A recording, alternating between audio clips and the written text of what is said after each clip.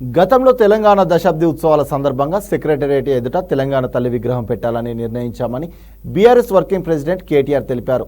కానీ కాంగ్రెస్ ప్రభుత్వం అట్టి స్థలంలో రాజీవ్ గాంధీ విగ్రహం ఏర్పాటు చేస్తామనడం సరైన పద్ధతి కాదని విమర్శించారు.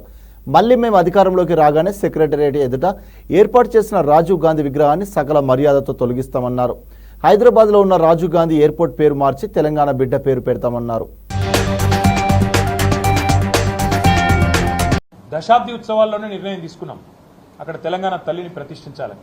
కానీ ఈరోజు కాంగ్రెస్ పార్టీ ఎంత కుసంస్కార పార్టీ అంటే ఆ ముఖ్యమంత్రి జై తెలంగాణ అనడు, అంబేద్కర్ విగ్రహానికి దండేయడు.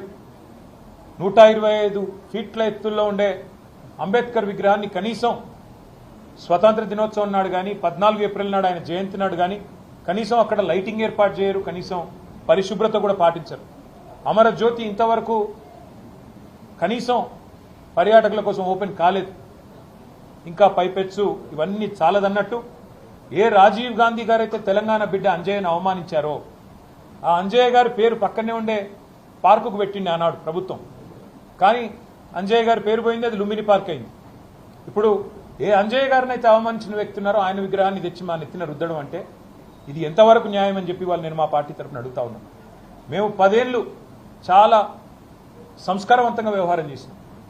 రాజీవ్ ఆరోగ్యశ్రీ అనే పథకం ఉంటే దాని పేరు మార్చలేదు, అట్లే కొనసాగించాం. మా పేరు పెట్టుకోవచ్చు, ఇంకో పేరు పెట్టవచ్చు, కానీ మార్చలేదు. రాజీవ్ రహదారి అని స్టేట్ హైవే ఉంటే దాని పేరు కూడా మార్చలేదు. రాజీవ్ గాంధీ యూనివర్సిటీ అని IIIT బాసరకు పేరుంటే నాలెడ్జ్ యూనివర్సిటీ అని దాన్ని కూడా మార్చలేదు, కొనసాగించినాం. ఉప్పల్లో ఉండే అంతర్జాతీయ స్టేడియంకు రాజీవ్ గాంధీ స్టేడియం అని పేరున్నా దాన్ని కూడా కొనసాగించినాం తప్ప మార్చలేదు. అదే మాదిరిగా అంతర్జాతీయ విమానాశ్రయం పేరు రాజీవ్ గాంధీ అంతర్జాతీయ విమానాశ్రయం ఉన్నా దాన్ని కూడా కొనసాగించినాం తప్ప కుసంస్కారవంతంగా ఆలోచన చేయలేదు. కానీ ఇవాళ బాధతోనైనా చెప్పక తప్పడం లేదు. మీరు తెలంగాణ తల్లిని అవమానించిన తర్వాత, తెలంగాణ అస్తిత్వానికి ప్రతీక అయిన మనందరి తల్లి లాంటి తెలంగాణ తల్లిని మీరు అగౌరవపరిచిన తర్వాత తప్పకుండా ఈ మాట బాధతోనే చెప్తా ఉన్నాం. రాజీవ్ గాంధీ గారు మరి తెలంగాణకు ఆయనకు సంబంధం ఏందో నాకే తెలియదు. రాహుల్ గాంధీ దగ్గర మార్కులు కొట్టేయాలంటే మీ గాంధీ భవన్లో పెట్టుకో, లేదా జూబ్లీహిల్స్లో నీ ఇంట్లో పెట్టుకో, ఎవరు వద్దంటలేదు.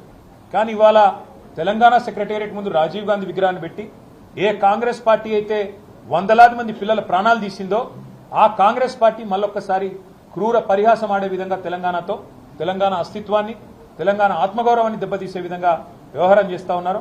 మేము తప్పకుండా మాటిస్తా ఉన్నా మా తెలంగాణలోని అన్నదమ్ములకి, ఆడబిడ్డలకి మన పోరాటమే అస్తిత్వ పోరాటం, ఆత్మగౌరవ పోరాటం. తప్పకుండా మనం మళ్ళీ తిరిగి వస్తాం. అది కాంగ్రెస్ వాళ్ళకు తెలుసు, మీకు తెలుసు, మాకు తెలుసు. 4 ఏళ్లలో మళ్ళీ కేసీఆర్ గారి నాయకత్వంలో తిరిగి తెలంగాణలో ప్రభుత్వం కూడా మనది ఏర్పడుతుంది. ఏర్పడ్డ తర్వాత వెంటనే తప్పకుండా రాజీవ్ గాంధీ గారి విగ్రహాన్ని అక్కడి నుంచి సకల మర్యాదలతో తొలగిస్తాం. అక్కడి నుంచి వారు కాంగ్రెస్ వారు ఎక్కడికి కోరుకుంటే అక్కడికి తరలిస్తాం. అక్కడ మాత్రం ఖచ్చితంగా తెలంగాణ తల్లి విగ్రహాన్ని పెడతాం.